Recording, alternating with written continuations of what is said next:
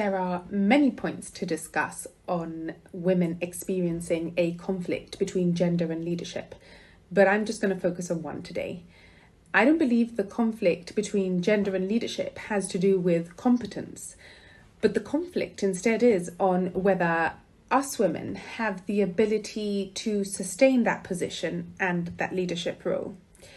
I believe that we are getting to the stage where, unlike overt discrimination, there is a secondary form of gender bias which can operate in ways that are hard for women to define and easy for men to deny.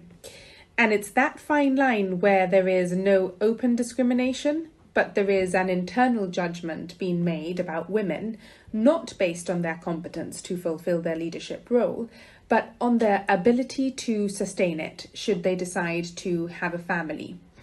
Will a woman be overlooked for that promotion if she is considered to be within the reproductive age, or if she is about to be married, or if she might decide she wants to have children?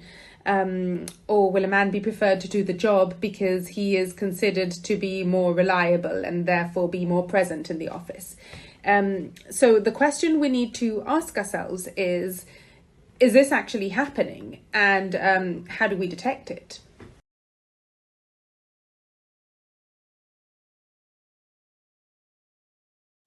Become an ally. Listen to the women around you. Participate in the conversations, maybe even attend conferences and events with us. Talk to your female colleagues every so often and actually try to understand their concerns. Imagine what it must feel like to be in their shoes. And it really is as simple as just support us and understand us.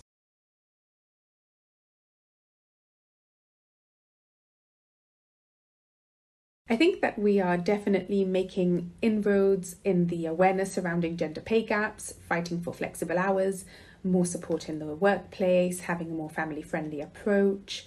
And this is all fantastic. And the sooner it is implemented in all companies and organizations, then the better. The challenge, I believe, the next generation will have, and indeed my generation is already starting to see, is what happens if I make use of them? What if I need to use these tools that are now at my disposal? Will my promotion be stalled? Will I be overlooked because I am not apparently showing the same commitment as a male peer who is seemingly more present in the workplace, even though we are both equally competent and produce great work? Therefore, companies should not only be asking themselves whether they offer flexible hours, telecommuting, childcare assistance, or any other measure, but whether you as a company value the individual the same as the person who is not making use of these family-friendly policies. The greatest challenge will therefore be not in detecting the open discrimination women have been experiencing up to now, but in being able to prove that you are being discriminated against, even though you are seemingly being given the same opportunities.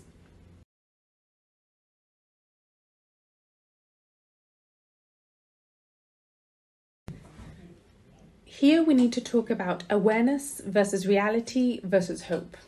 I believe that in 10 years' time, the awareness campaign will have really succeeded. We have already made incredible inroads, and as the next generation come up in the ranks, the awareness of gender equality in the workplace will be ever present. The reality, however, is that there will still be a lot more work to do to ensure that equality policies are really and truly implemented in the workplace. We are also going to have to deal with the secondary bias I mentioned earlier, coupled with a new tension relating to the work-family life balance. As we start to bring the office into our home, thanks to the ever-increasing technology available, it will be really difficult to find that balance.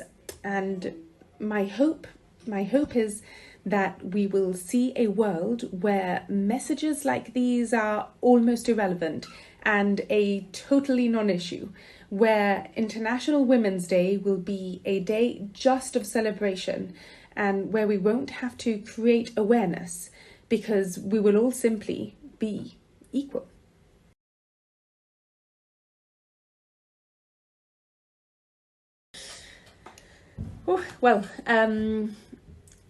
Embrace who you are and play to your strengths, whether it is your assertiveness and determination or your sensitivity and compassion.